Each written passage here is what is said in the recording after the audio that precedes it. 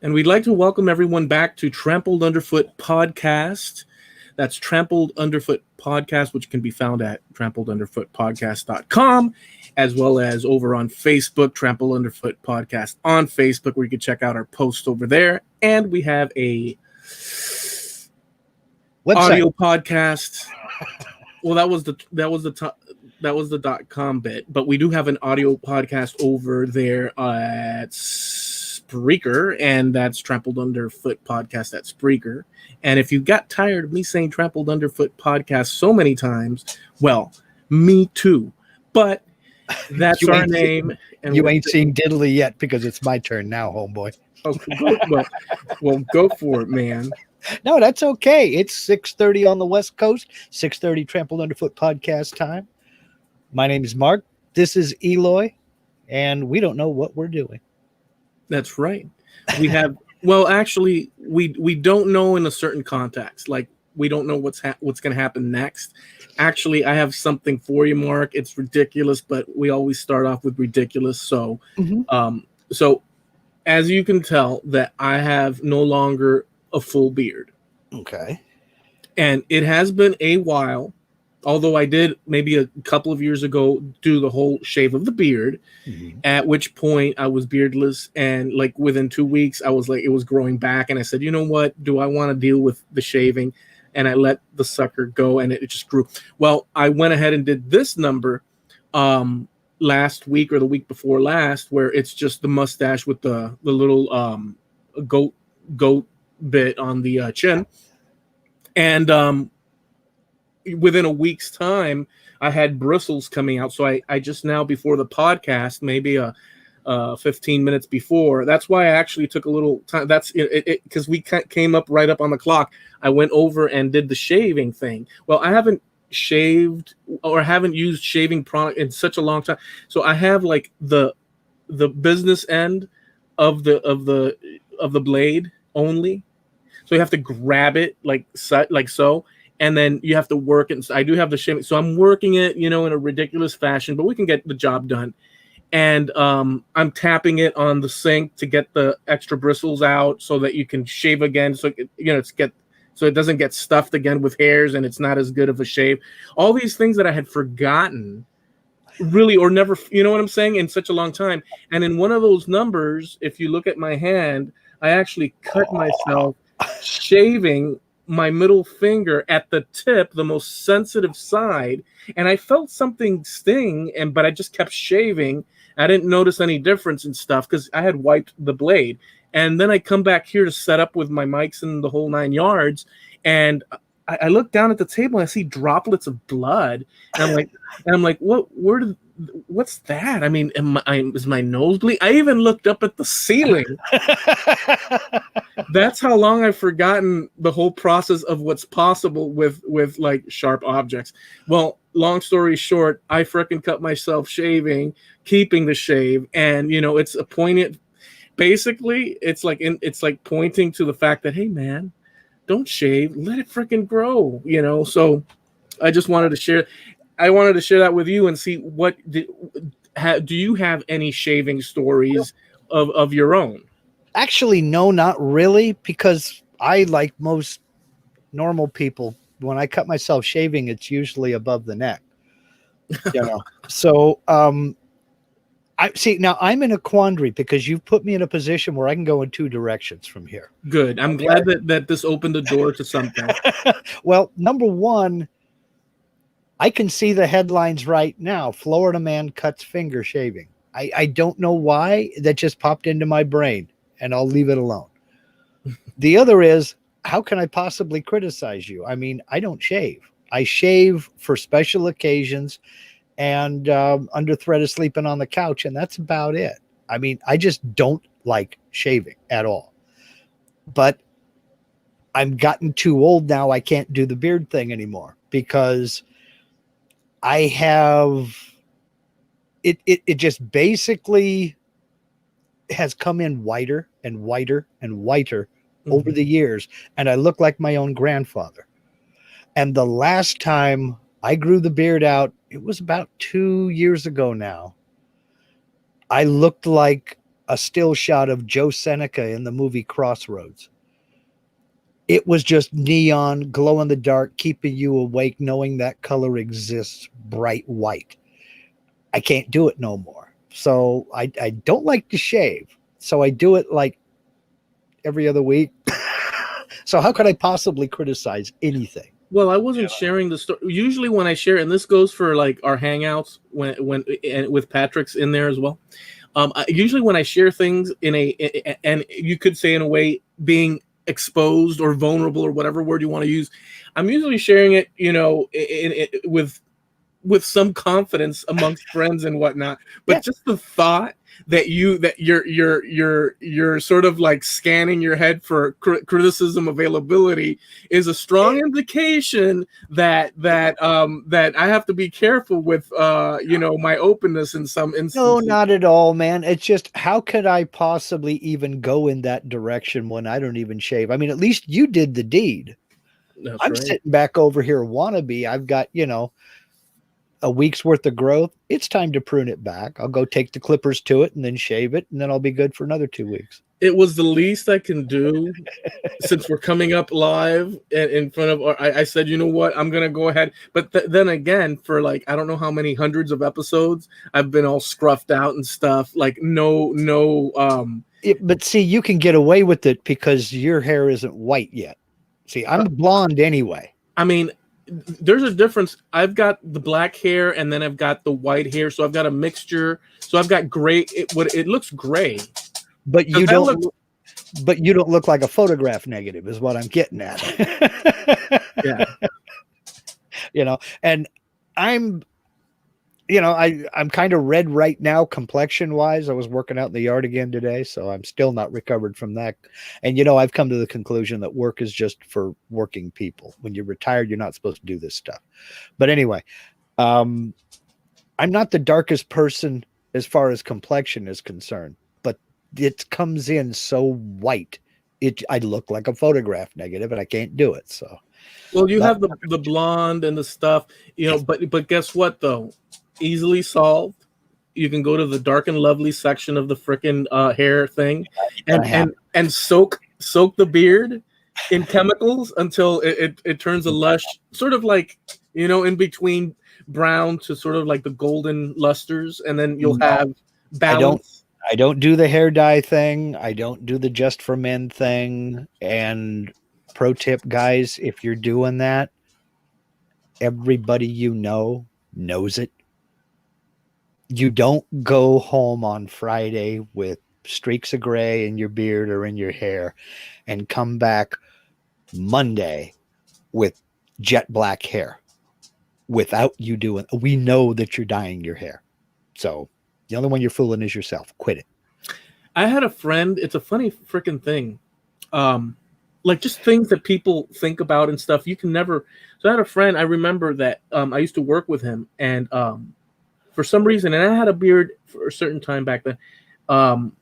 Actually, I've had a beard for quite a long time, on and off in little spurts, but whatever. But he would point out to me, because it was his thing that he had a problem with, and so he wanted to lay that. He wanted to lay that stuff on me. Well, he says, "Hey, Eloy, I can tell that you have a unibrow, dude. I know that you shaved that in that little piece in between." And it was the last thing on my mind. Like if you told me come up with the silliest thing you could imagine, that would have been the last thing on my mind. Because in fact, no, I don't. I mean, if I did, that would suck. But you just whatever the case. But he was reflecting that crap on me, dude. And I was like, no, dude, no. But he wouldn't take no for an answer. He was adamant, and I was stuck in this freaking rabbit hole with this guy while we were waiting for our turn to take off on the airboats and stuff.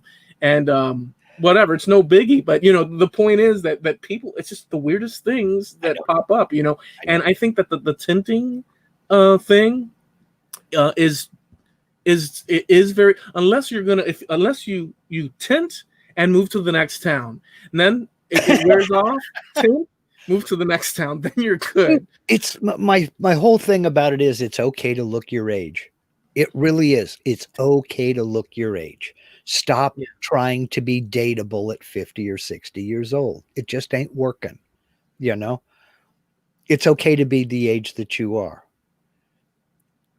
And I'm the same way with plastic surgery. I really honestly think that plastic surgery is just absolutely the worst thing you could do to yourself.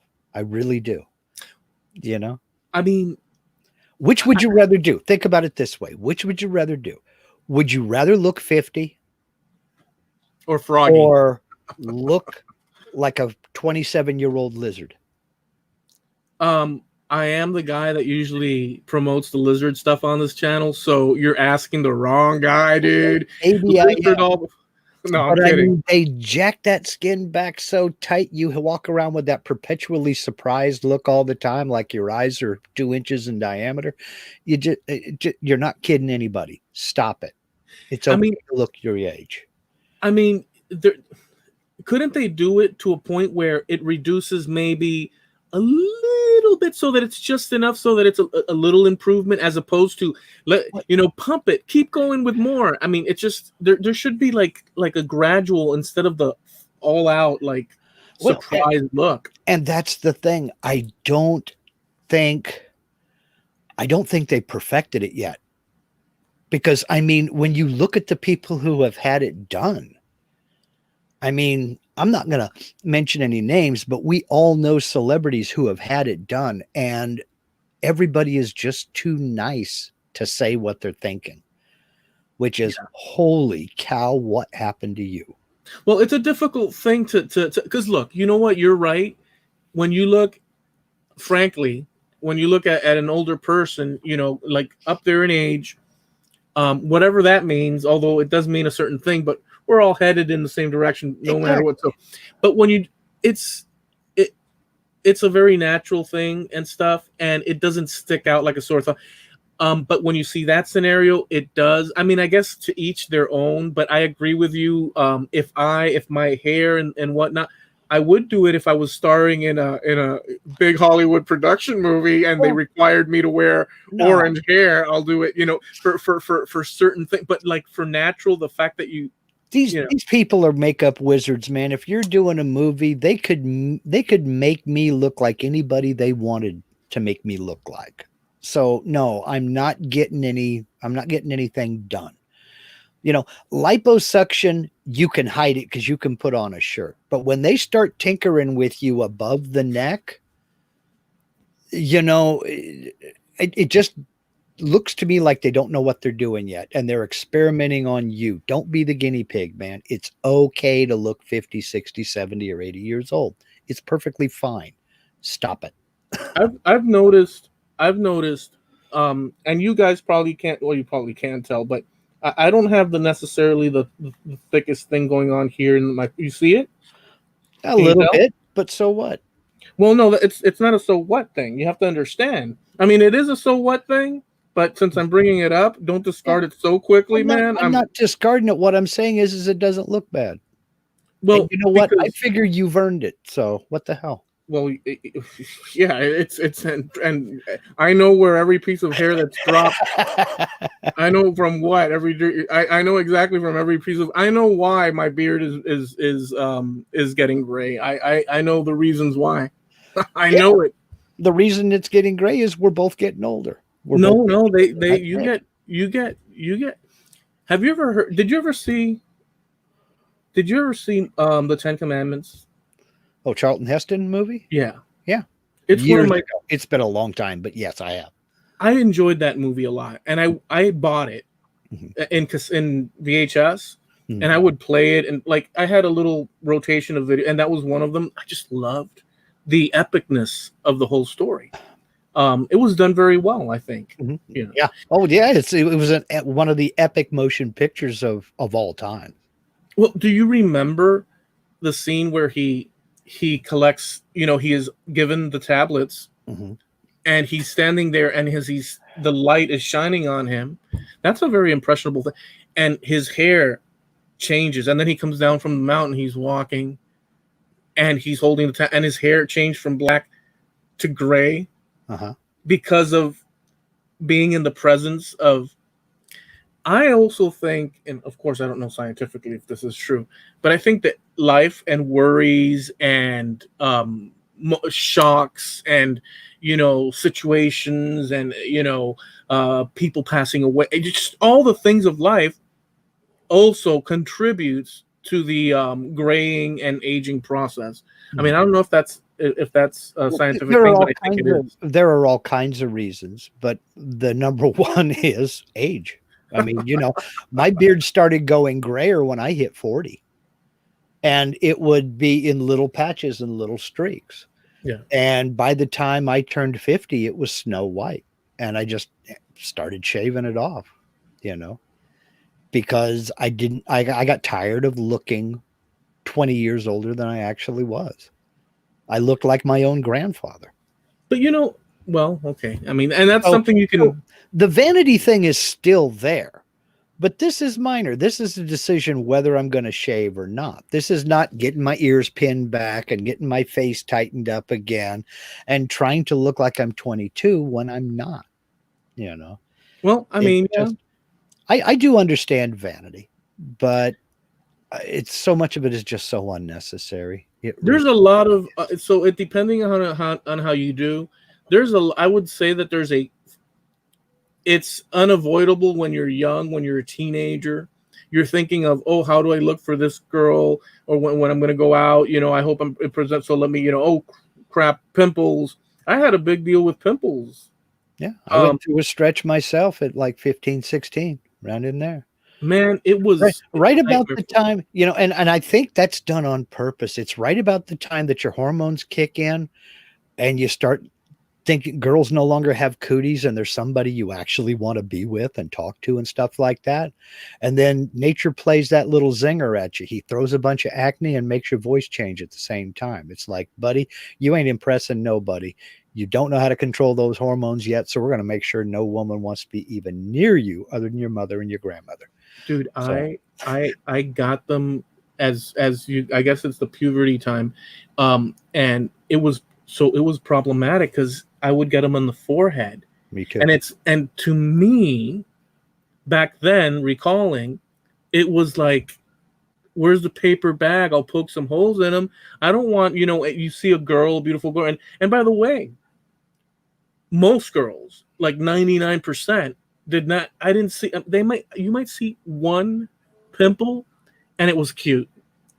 Whereas you look at you've got 4 or 5 pimples going on. You're like, why? And then I'd say to my mom, look at this. She said, don't worry, son, that's normal. No, you don't know. I don't care that it's not. I want it up. And so she'd take me to Eckerd Drugs. And for those people in the future that Eckerd Drugs is not the back alley in some corner of town where you buy some sort of narcotic products. It was a discount store back in the 20th century into the 21st century, I think. Mm-hmm. And she'd buy me, remember the oxy pads and the and the and then and so then you'd be like this and you'd be hoping that the next day it would be totally gone, but that's not the case. It's a slow process. And don't pop them. My dad would say, son, don't worry, don't pop those, it'll leave holes. And I said, what? No, I don't. No, that's encouraging. Thanks, Dad. Yeah, there is still a whole industry based around that, man. And I was a consumer. Oh, I would get them along the forehead, down on my chin, right in here from right about the smile line, down, and then down the sides of my nose. And then for some reason, about age 17, it stopped.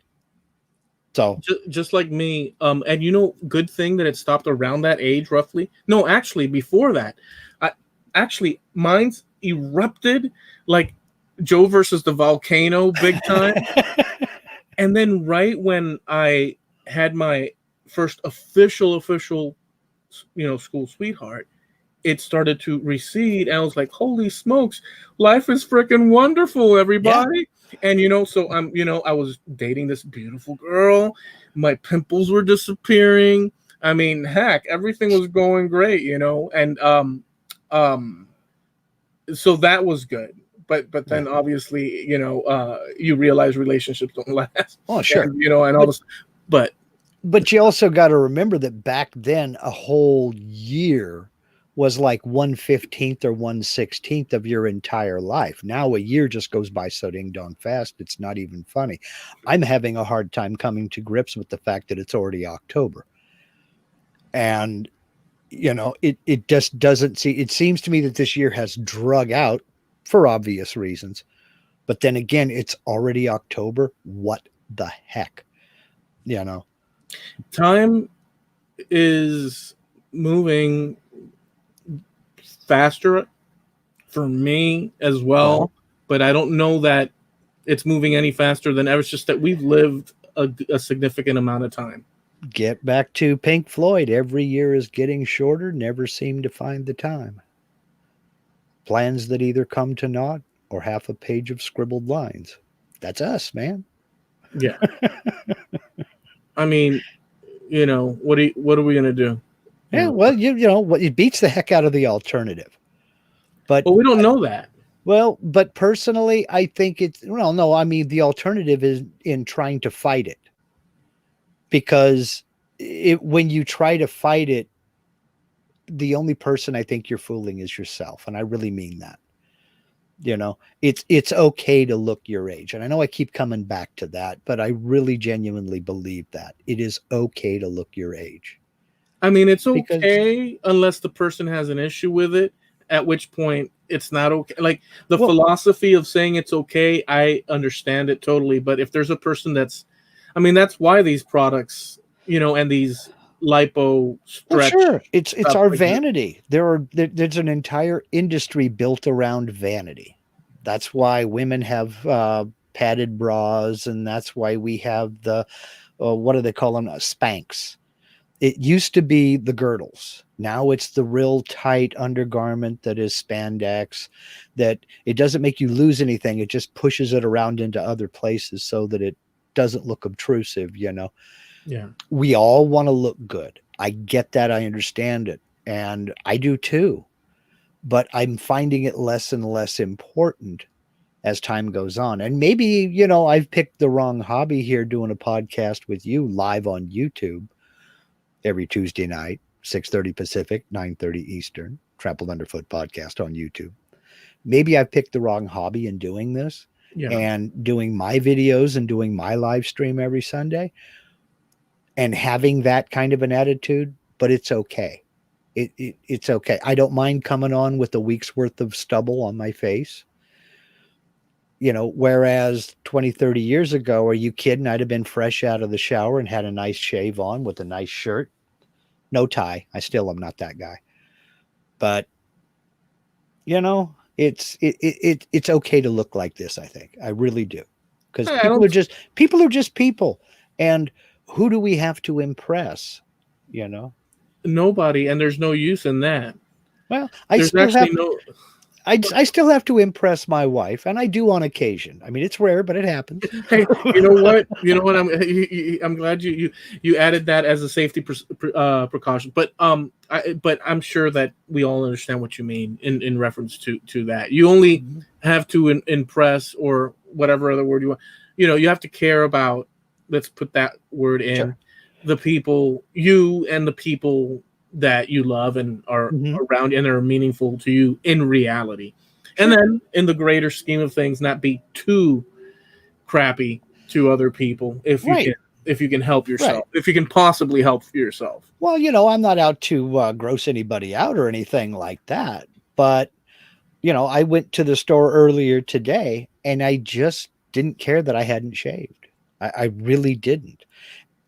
I'm not, I didn't stand out in a crowd, but then again, I was not the worst dressed person in the building either. So, I'm just an average dude, man. And that's okay with me. But you know what? Another thing though, Americans in general. So I don't know if like a place like New York is different or whatever. I mean, I know LA was different when I was there because everybody was like trying to do to the nines, whereas I was okay with like the regular. But in Miami, because of this particular heat involved in living here, it's okay to do people wear the flip-flops to the store. Mm-hmm. The the t-shirts and whatever the heck, and like literally, but you do get like the occasional like dressed up person. You're like, wow, they really stand out, and that's good. But I'm not going to do that. Screw that. But you do get the occasional person. But generally speaking, places that are like this. But I think in general, Americans are more generally lax. Am I wrong to think that? It depends. It depends on the region, because it is very much regional. I mean, okay. When we were stationed at Fort Stewart, Georgia, I did kind of pay attention to my weight, but not really. I could tell when I was getting a little pudgy, and I would kind of back off the volume, the amount that I was eating, and then lose it again, and then go back to my old ways. I've never been a 3-meal-a-day person. If I eat 3 meals a day, I will weigh 300 pounds in a year. Easy.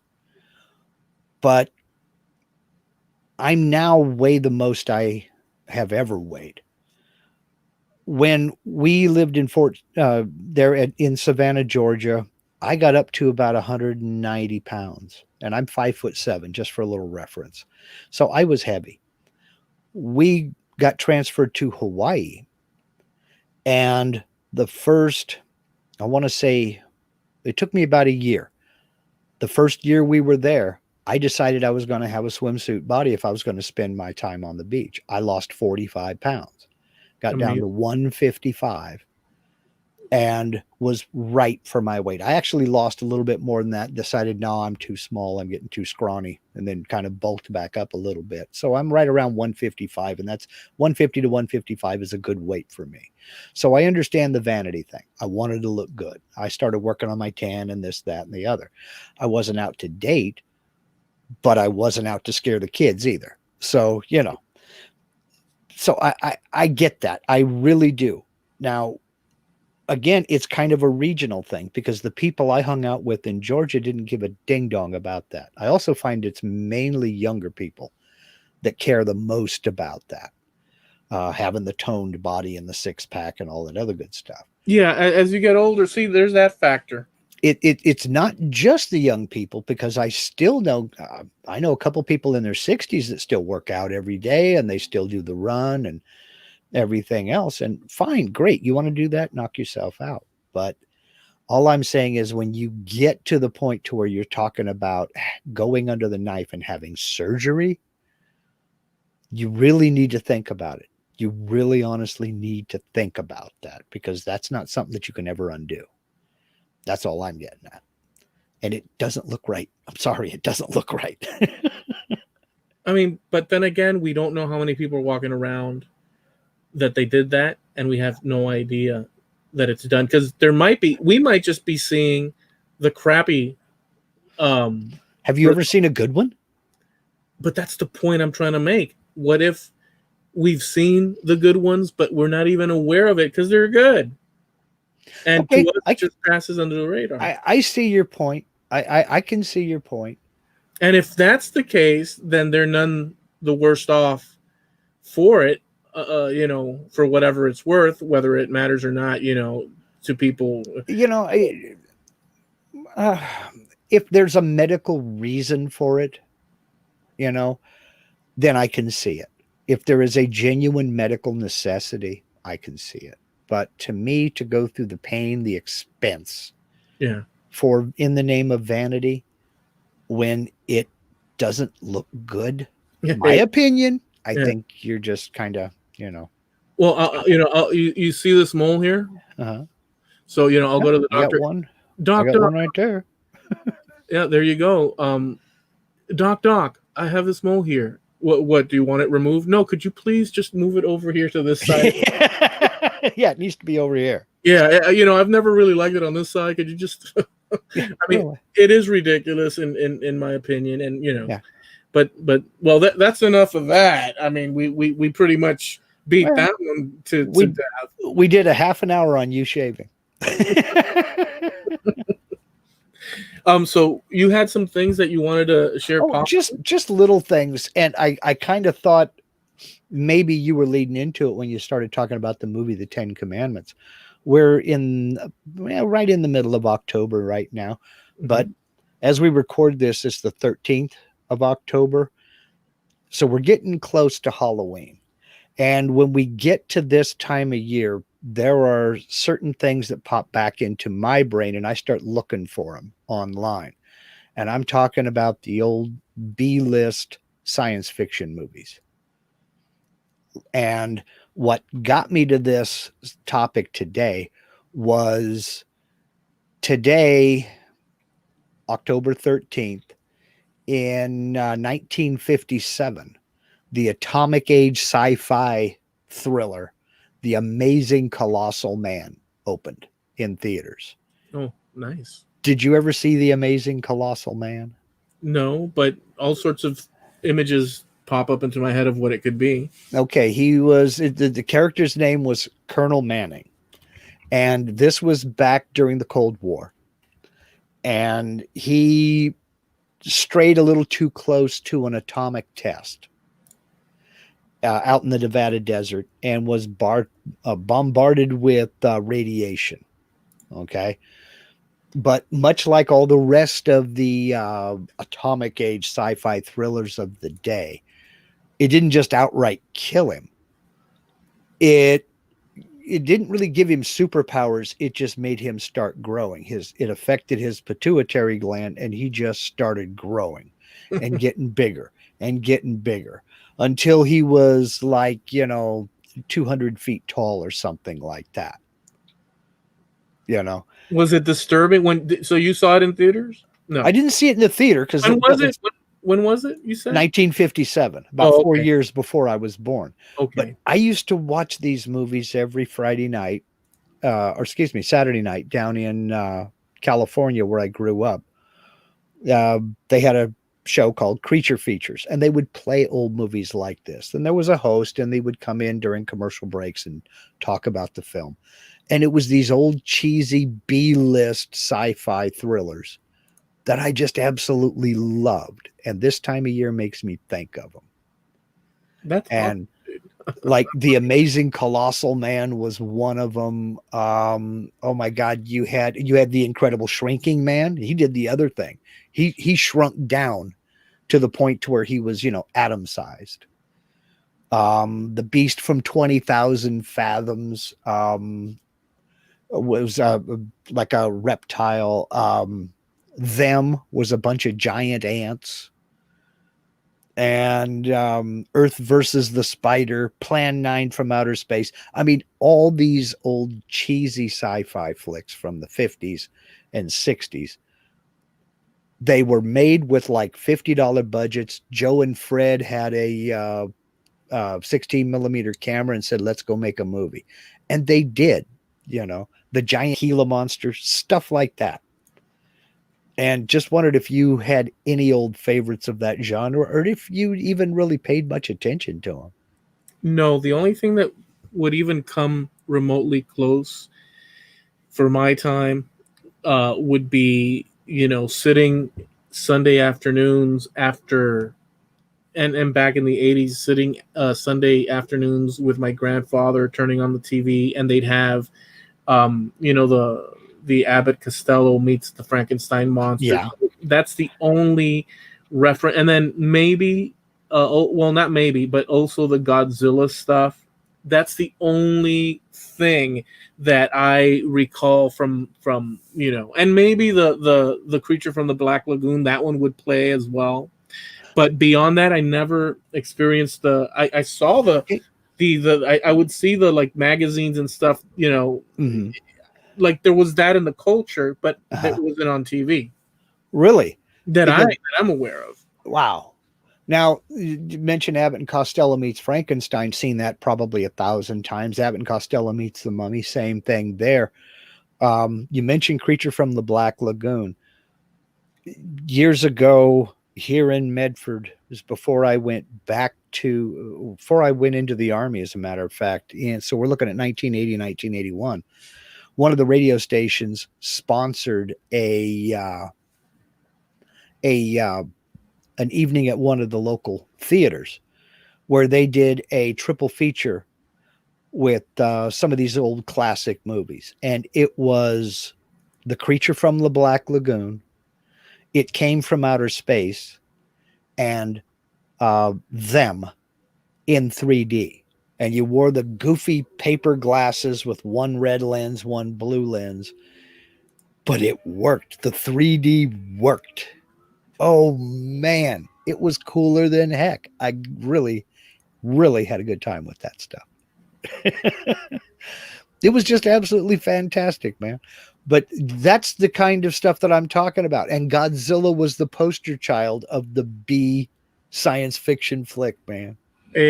So just for the listening audience, as we're talking here, I was posting because we have this YouTube channel that we do, and we have a live audience with us, and every now and then we do pop up the conversations on the screen, and so Mark is talking about the creature features and this and that, and so I wanted to put up some just a few, and so the first one was Frankie CNC, and he says, oh, it's near the Atom Smasher time, and that's an old episode of ours that's one of my favorites, if not my favorite. And there's a whole, go and check it out, Trampled Underfoot podcast.com, and look at the back episodes by pressing the Wayback Machine button, and you can check that. It's a very entertaining episode. But anyways, Frankie CNC did that, and then Billy Bird had a nice comment in reference to creature features. So I posted that one, and it says the creature from the Black Lagoon, which was the topic at hand. And then I didn't want to leave Jim Dockrell out, and I don't know why. He has a comment that says, always been partial to leather and lace, so I added that one for the heck of it. Maybe he was talking about the Stevie Nicks song. Gotcha. Well, how's that come into the picture? It's Jim Dockrell. Who can tell? Who can tell? I stopped trying to second guess him years ago. Well, that was a disturbing Halloween picture that Dockrell put in my mind, but just we'll move that one to the side for half a second. Or maybe he meant Leatherface in a wedding gown. Who knows? Well, anyway, no, that was all I had to talk about. This is the time of year that I get to thinking about that stuff. And it just brought to mind a bunch of those old flicks and those old movies. But it's, I don't know, it's one of those things that is too campy to take seriously. Mm-hmm. But it's still fun to me, and I don't know why. I could not explain to you why I love that stuff so much. I don't know, Earth versus the Flying Saucer, that kind of thing. I even like the old serials, Flash Gordon, Buck Rogers, Radar Men from the Moon, The Rocket Man. I mean, yeah, all that stuff. Give it to me. There was a special thing for me. It's such a great thing. And I don't know that it's the same anymore. It felt going to the movies and watching like Teen Wolf, which I saw at the movies, as an example. In the 80s, there was this whole horror 80s / horror, like it was an 80s / type horror thing, and it had its place in time that fit its time, and it was like teen angst plus horror in it, like the what you call Nightmare on Elm Street ones, young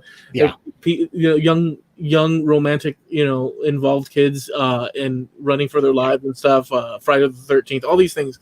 And I know it's not Halloween yet, but I just want to say that there was nothing more thrilling with having only a few years in your memory bank behind you and nothing at all in the future, and you're this kid walking to your local cinema and buying that tub of popcorn where they squeeze the thing and it just the pop and the smell of that, in that early, like now if I smell it I'm like, oh, that's nice, but it's not the same as when and you're sitting there with the bucket, you have no knowledge of it, you're just seeing all these images flashing in front.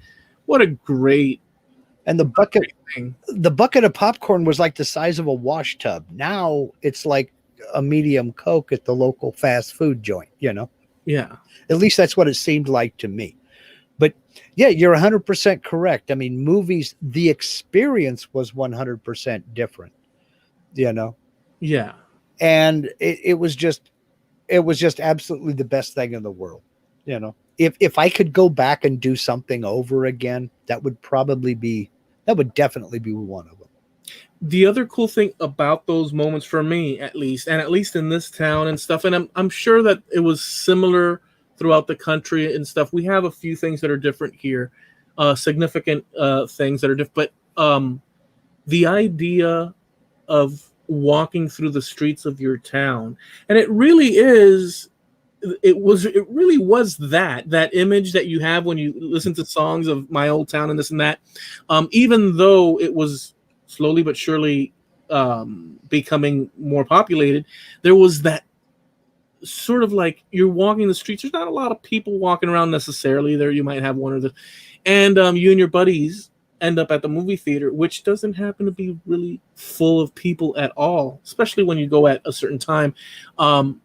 And you'd sit there and, there was a feeling of it's just a great feeling of like, it's just you and a few friends and you're exploring the town and this and that. I couldn't be bothered at this point.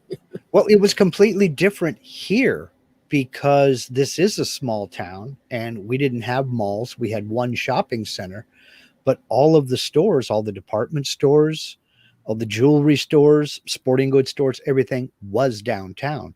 So on weekends, everybody was downtown. It was crowded. The streets were busy. So you went to the movies, for entertainment, but also to get away from people. Because, it was a lot of the hustle and bustle and everything going on.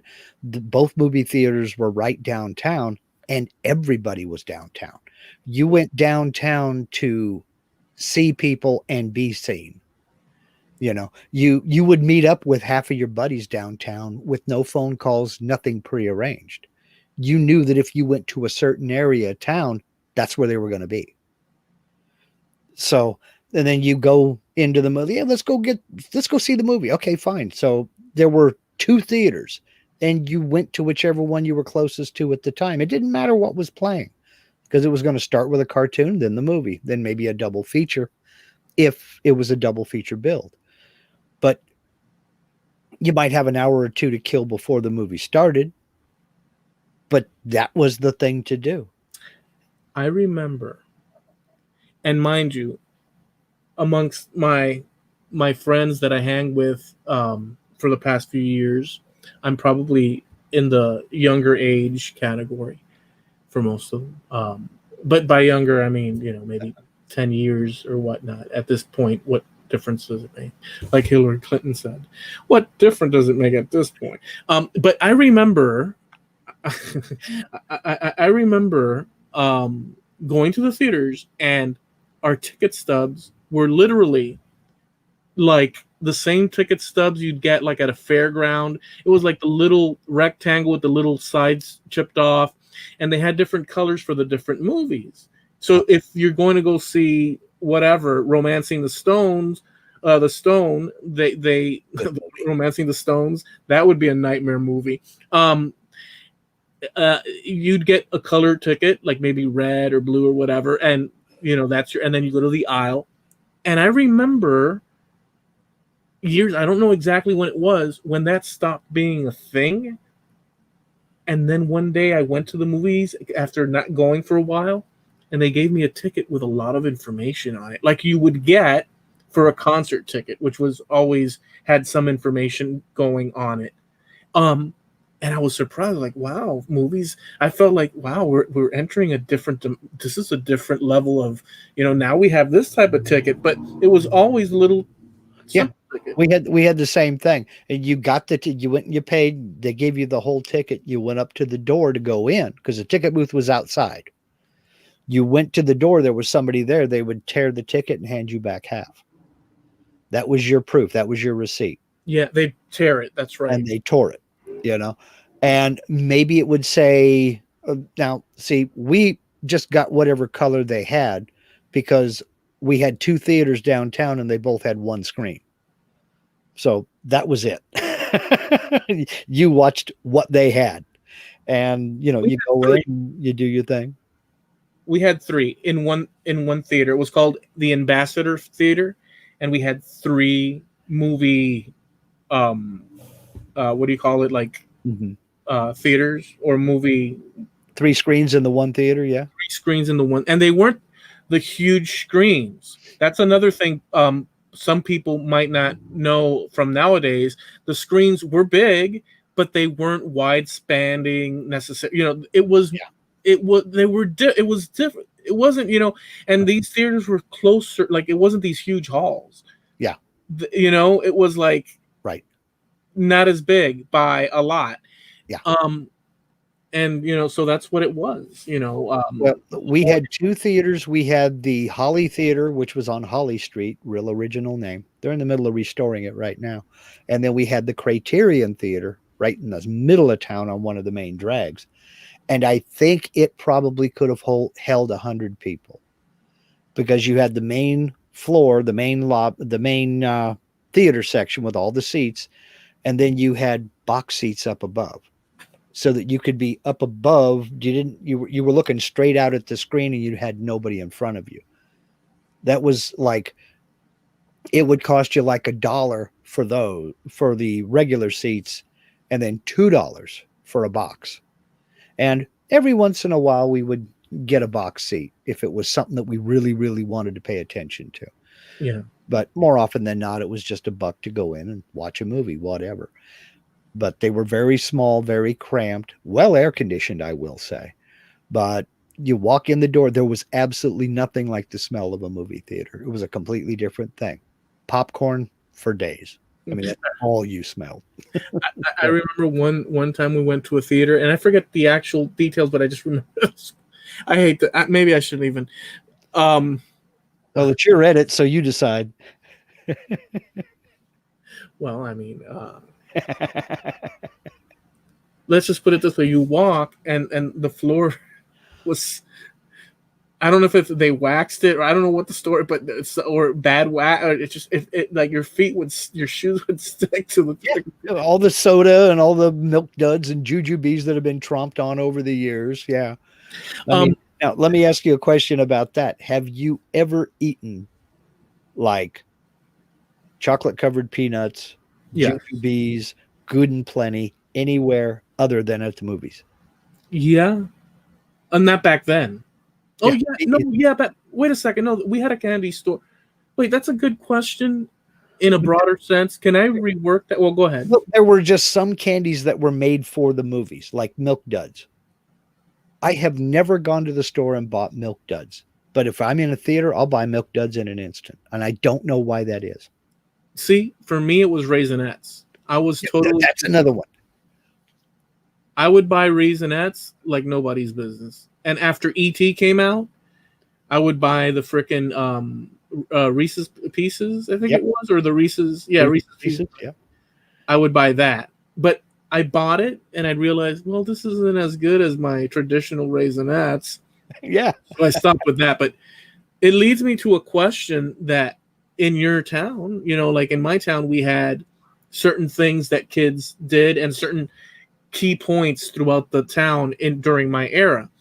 And I'm curious about, for instance, we had a candy store in Sweetwater. Again, this is actually set up as a small town. We had there were a few stores, but you had to go further to get, but there was one like 2 blocks away, and we had our own, honest to goodness, candy store. Like it was and on the corner, I remember as a kid, they had the Cuban cafeteria, very small one with the little window, like I've always mentioned in the past. Mm-hmm. And as a kid, I'd never bother with that. I go straight to the candy store, and they had their little racks with comic books and candies and all sorts of, and then cigarettes behind the counter and all that. Did you have something in your area? Oh yeah, we had candy shops. We had 2 candy stores here that you could walk. Yeah. Okay. And that's basically what they sold. I mean, they did have a magazine rack, but it was very small. Yes. But it was candy of every shape and description you can imagine. And you've heard the expression, a kid in a candy store, because it was like, you just want to walk in and say, yes, give me one of each. But you only had like 10 cents. So it's like, what can I get for 10 cents? And I want to get as much of it as I can. So they always had the penny candies right up front in the little glass bowls. With you pull the little chrome lid off of it and reach in and take a bunch. Some of them were wrapped, some of them weren't. You know, you get jawbreakers were in those. Jawbreakers were, see, that's such a classic thing. I'm wondering if they came in those or they just bought those and filled those containers with the jawbreakers. They came in like a 5-gallon bucket, you know, and they would just fill those up out of the 5-gallon bucket. And then those were savage. Those jawbreakers were savage. So then the candy store was, and they also had the baseball cards and football cards. Up in the front, you know, you had the wacky packages and the garbage pail kids and stuff like that, you know, all the stickers and things like that. Then we also had the ice cream shops too that were basically the same way. And these were like, imagine a McDonald's today with all the booths and all the tables in it. But all they sold was ice cream sodas and sundaes, banana splits, things like that. And you go in there on a Saturday afternoon and the place would be packed. It'd be hard to find a place to sit down, you know? And I always wondered how the heck they did it. They had, you could get an ice cream cone. It was the soft serve like Dairy Queen has, but it was split right down the middle. Half of it was vanilla, half of it was chocolate. And I never figured out how they could do that, how they got the ice cream to do that. Because it didn't matter. You know, you put the cone under there and you start filling it up, and they always tapered it up towards the top, put that little curl on the top. Yeah. How did that sucker stay perfectly half chocolate, half vanilla? Well, when you're 6, you don't know. You just know it's magic. That's all. Give me one of them. I don't even really particularly care for vanilla ice cream. I just like the fact that it's 2 at the same time. I mean, that's awesome. And then if you had an extra, like, I think it was 2 cents or 3 cents, they would take that cone and they'd dip it into a chocolate sauce that immediately turned solid on it. Yeah. And oh my God, I love that stuff. Those are my 2 favorite things to do. Go hit the candy shop, buy me a bunch of, they called them hot dogs. They were just little red candies about maybe an inch and a half long. And they were cinnamon flavored. And buy those, and you buy cow tails, which is like a caramel stick about maybe 4 inches long with like strawberry cream or something in the middle. Buy a bunch of those and then head over to the ice cream shop, sit down and have a ice cream cone. Would you say that the biggest ripoff in the candy world, that the biggest ripoff, unless you have a better one, was those little wax bottles with colored food coloring liquid in them? That was probably the single biggest ripoff. Yes. That was probably the single biggest ripoff there. But there were several. I've never been a fan of pixie sticks. I was fine if I got them for Halloween trick-or-treating. Yeah. Trick-or-treating was completely different. You know, you'll take it then. If you got the little wax, you know, Coke bottle with the brown looking stuff inside that almost kind of, if you squint one eye and close the other one and look at it wrong, it almost looks like Coke, then that was fine. But I wouldn't purposely go down and buy them. Now, wax lips was a different subject. Wax lips and wax Dracula teeth, I was a big fan.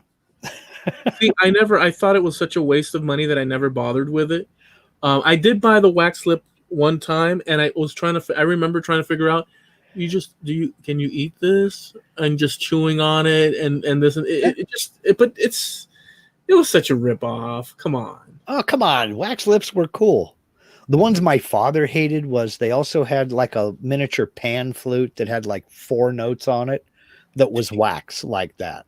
And whenever we brought them home, we come home from trick-or-treating, we'd dump our candy out on a pillowcase or something like that on the floor and start sorting through, put all the Snickers and the Milky Ways off to one side over here. I'll save those for later. And let's eat all the little BS candies now, the candy corn and the marshmallow pumpkins and stuff like that.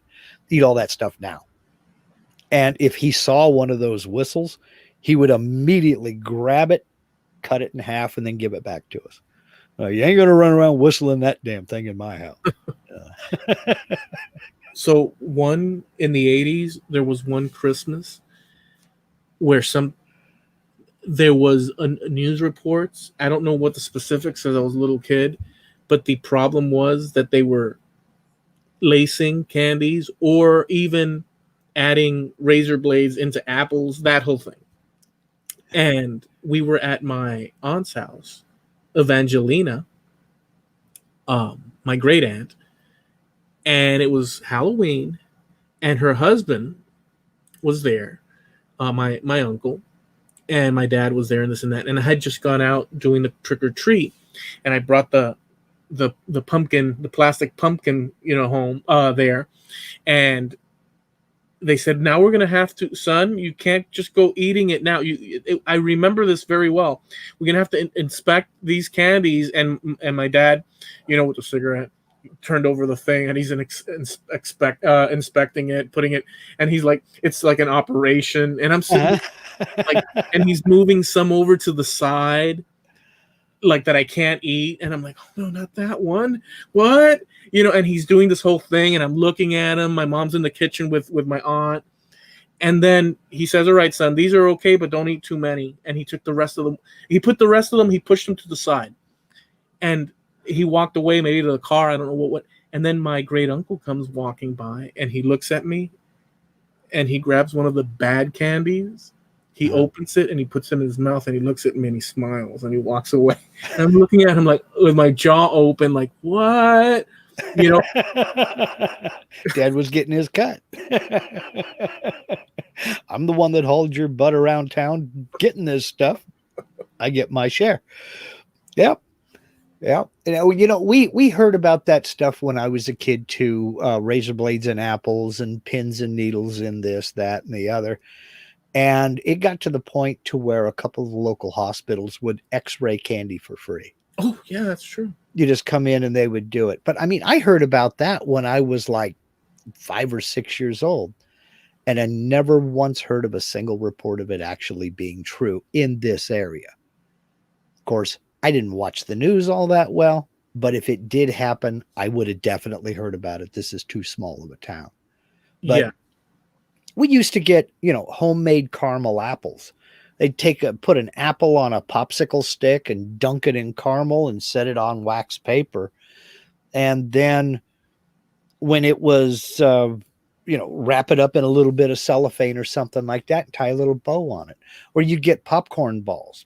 They'd make a toffee or a taffy. Yeah. And, stir it up with put popcorn in it, stir it up, make a ball out of it. You had to butter your hands. Otherwise they would stick, Yeah. And we would get stuff like that, and they put them in little, hefty bags, little sandwich bags and what have you. People did that stuff all the time. You wouldn't think about doing it now. No. And in fact, not because anybody's going to do anything bad to it, but the stigma is there. People think it's something wrong with it. They're just going to throw it away. So it's a waste of money. Why do it? Exactly.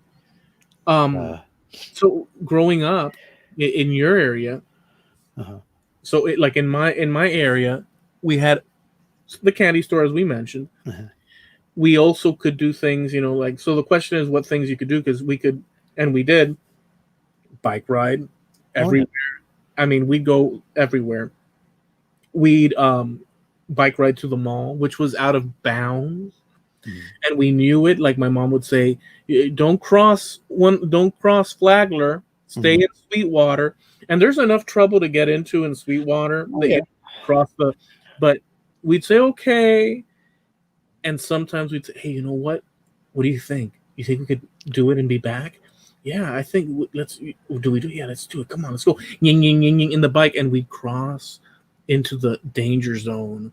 And and it was such a thrill to do. So we had things like that, and the comic book stores and so on. So did you have? I know you said that the mall. It's funny you mentioned that because I was staying at my father's parents, my grandparents on my father's side, and I could come and go and do whatever. It was pretty rural, so the only kids my age were a few houses away. It wasn't like there was a big neighborhood full of kids there. But the one thing my grandmother would always tell me was don't go to the store. There was a grocery store. Oh, I guess it's about a half mile down the road. Say, don't go to the grocery store. You stay out of there. Okay. Well, one time I let this kid, I don't even remember his name, Gordy or something like that. Well, come on, let's go to the store and go get a candy. And I said, well, I don't have any money and I can't. Grandma don't want me to go to the grocery store. And after a bunch of cajole, okay, fine, we did. So we hop on the bikes and we ride down to the grocery store. I walk in the door, and who's walking out of the checkout? My grandmother. That's hilarious. Looks right at me, and she just dropped her head and dropped her shoulder. I jumped on, turned around, ran out of that store, jumped on my bike, and I pedaled my butt back to their house. I bet she got it tore up. Oh, really? So she wasn't like amused? Oh, no, she was not amused. No. I told you not to do it, and you looked me in the eye and said, okay, I won't. And what did you do? You went and did it. And was it the same day that she said no? Or within 10 minutes, 15 minutes.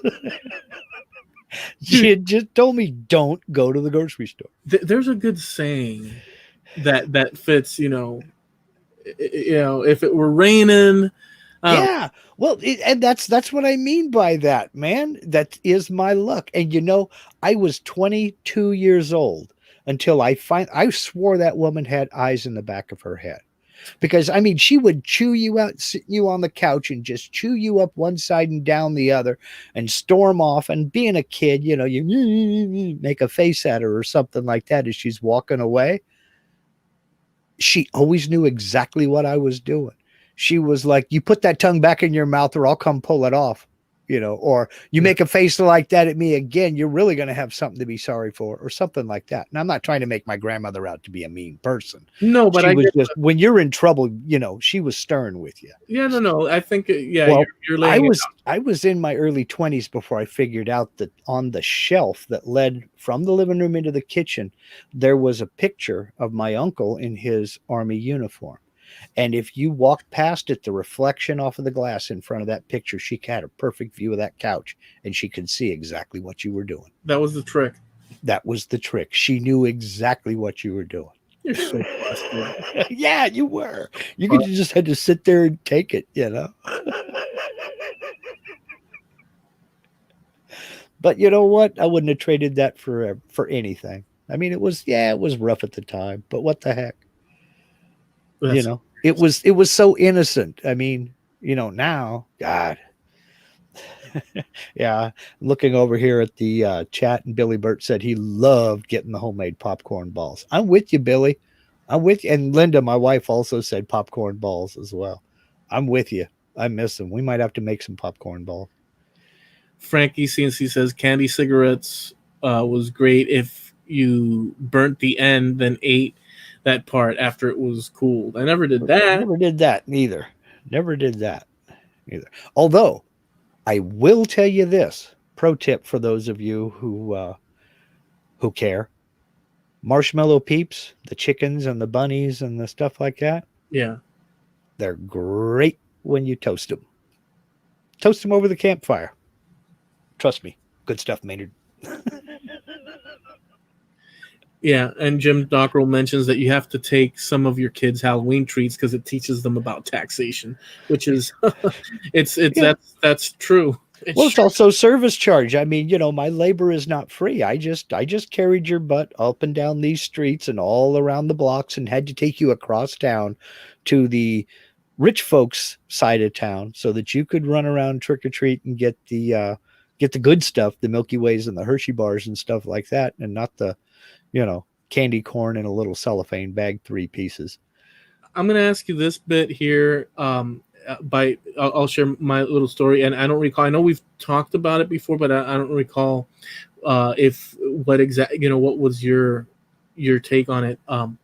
So talking about these things and stuff, and as a little kid, I remember come Christmas time that a little friend of mine, we were talking, and I think the conversation might have gone something along the lines of, yeah, I'm getting this for Christmas, this and that. And then I said, well, I hope Santa Claus brings me this, and that. And he looked at me and says, dude, there's no Santa Claus. They're lying. and I looked at him and I said, this is like how it might have gone, but it roughly thereabouts. And I said, nuh-uh. And he was like, uh-huh. And I was like, oh, no. And I walked away. And I come to find out that Christmas, since I got that suspicious because of that, one day I opened up the closet and the wrapping paper, the same one that was under the Christmas tree, the wrapping paper. I said, Mom, come over here right now. Come over here right now. Like I was a detective from day one. Come over here right now. And she says, what is it, son? She's like, what is it? And I said, Mom, and I opened the door like I had it closed, and I opened it for dramatic effect. The reveal. Yeah. And she looks and she says, what? And I said, the same wrapping paper that the gifts are wrapped in are there. You wrapped them. But when I said you wrapped them, I was like saying, I'm gonna catch you. Like I still gotcha. I still couldn't, I was waiting for her confirmation because I wasn't sure, maybe there's something to it. And she says, no, son, no. Santa brought the gifts and he left us extra wrapping paper. And she said it with a straight face, dude. And I said to her, Mom, no, it can't be. But I was like, sure, that makes total sense. Makes total sense, yeah. But I'm pushing, and I'm like, no, Mom, no. And she says, if you keep, you know what? And she calls out to my father, and my father says, what? And she says, he's saying that the Santa Claus doesn't exist. And he says, if you keep saying that, you're not getting any gifts. And he walks away. Like he can't. And I was like, holy, I'm going up against everything. You know what I'm saying? Well, I let it go, but after that they dropped it, and that was the end of that. So did you have a lapse of that? I never got the talk about Santa Claus isn't real. I never got any of that. I kind of figured it out on my own. But I can remember my brother doing something similar with the wrapping paper. That's fun. But it wasn't an investigative, detective or anything like that. It was just, he noticed that we were opening our presents, and he says, this is the same wrapping paper we have in the hallway. And my mom, without missing a beat, just says, Santa always uses the paper I like. Wow. And I was like, man, my mom and dad have connections. Wow. It was my little brother. He's 4 years younger than me. And it's just like, holy cow. Dude, that was heavy. That's that they're laying it down thick, dude. Yeah. It was just without blinking an eye. Well, Santa always uses the paper I like. Well, check this out. check this one out. One Christmas, I remember this. I'm so glad I remember some things, I saw a movie where they left cookies for Santa Claus. Mm-hmm. So I told my mom and dad that, hey, look, he works hard. Can we please have, because it's basically kissing up to Santa Claus, like maybe some more stuff. And she says, okay, and she put a cookie on one of those little plates, those little sort of dessert plates. And she put it like in the living room. There it is. There's the cookie. And I said, Mom, and some milk too. And she's like, milk? She didn't want to waste the milk in the fridge. And I was like, yeah, milk as well, milk too. And she's like, no, son, the milk, it won't, because we don't know how long it'll take for him to get down here, and it might spoil. Just, it's best not to do it. But See, those are the consequences of lying to your kids, folks. As they get a little bit older. Oh man. No, So, never. We did the milk and cookies things, but it wasn't leaving milk out. You left out. Mom always baked. She always baked around Christmas time. That's funny. It's October. We're doing Halloween stuff, and now we're talking Christmas. That's okay. We but we got to watch it, because if we keep this train of thought going, we'll have nothing to say come December.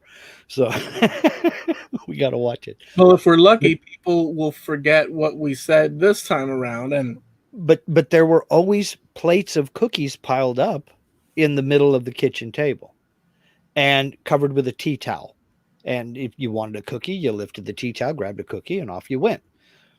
Well, they would take a little saucer and put like 4 or 5 cookies on it, set it out. That's for Santa. And I'm like, what about milk? My dad was like, he knows where it is.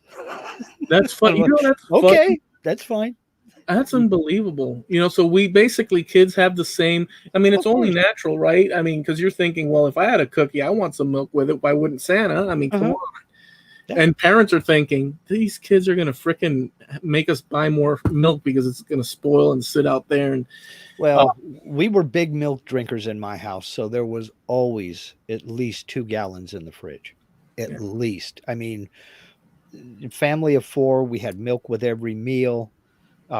Ate lots of cereal. We would snack on cereal, but so we were huge milk drinkers in my family. One other bit, the cool thing, and yet ridiculous, and this is one of those things. I don't know about you or your house, but my house had and has in Florida a chimney, inside and outside. So the natural thing is that Santa will come down the chimney. However, we did have bars on the windows. I don't know how, at one point we added bars, but whatever. The point is that the chimney is where they come down, where he comes down. But here's the thing. That chimney was long time ago, before I even was alive, blocked off, and it became a completely sealed marble freaking thing where the hole is back there, but there's a marble plaque like you'd find it in a cemetery. Like there's no way of, and the top is actually sealed as well, which I didn't know because I never had climbed up on the roof back then. But yeah, it's basic. There's nothing going on there. And I never questioned the fact that how the heck does that Santa Claus get inside the house? Well, at least you had a fireplace. I've only lived in a home with 4 fire. I've only lived in 4 homes that had a fireplace in them. Most of my growing up, we lived in apartments or a house without a fireplace. So I'm like, and I did ask that once in one of the apartments we were renting when we first moved to California. How's Santa going to get in with no chimney? Santa can do anything. Oh, okay. He's magic, Oh, okay. All right. He doesn't have to have the chimney, but if you have one, that's easier. Well, let me ask this final question to you, and we this will be the last one because we're rounding home. Okay. Let me ask you this: how about you with your kids, and them challenging you, or if you ever did, challenging you on the Santa Claus scenario? Did you ever do the same that your parents did to you, or no? Sadly, it didn't come up. I was not with them when they got of age. My ex-wife and I split up, and she had custody of my girls, and they had moved to Oregon. I'd gone back into the Army, so I wasn't there when that age come up. Gotcha. But I will tell you this. My next door neighbor, I was stationed at Fort Ord, California, and we lived there on the base at Fort Ord. My next door neighbor was real big with their church, and a real big sweetheart of a guy. I mean, big, but a teddy bear.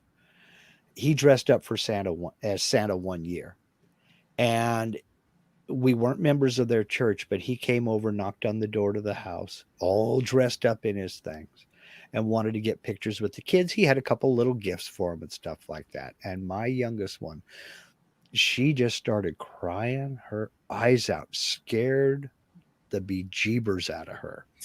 She was like 2. just scared her to death. So we've got this picture of my oldest sitting on Santa's lap and my youngest on his other leg, sitting on his other thigh. And my oldest is just smiling, got the biggest grin on her face. And the youngest is red faced. You could tell she's been crying and screaming and everything else. And she just looks like she went 10 rounds with Joe Frazier. I mean, she just, oh my God, that scared her to death. He finally had to pull the beard down and say, look, it's me, Lonnie. Man. And she's, oh, Lonnie, why you dress up like Santa? And she wrapped her arms around him and everything. Then everything was fine. Well, but I opened the door and he, ho, ho, ho. And I mean, I just heard behind me, she just started screaming, man. Well, so like, I remember going to the mall, maybe coming out of the whole not, thinking Santa was real into now my new understanding of the world. And I remember being in the mall and seeing the Santas located in two sections of the mall. And I'm saying, you see, look at all those suckers lined up. Suckers. I remember thinking something to that extent. They believe.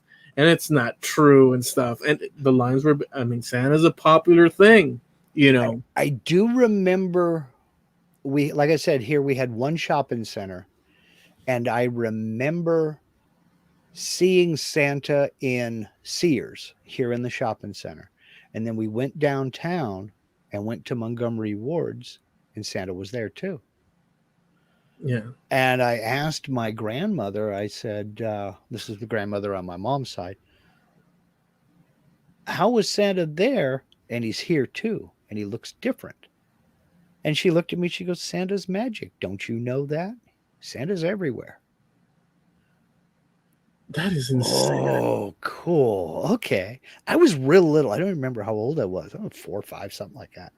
But you still, but those little things, see, how does a kid, it's an incredible thing. How does a kid, you're getting lied to, but now you realize that it's for a good purpose and stuff. Dude, it's magic, man. It's magic.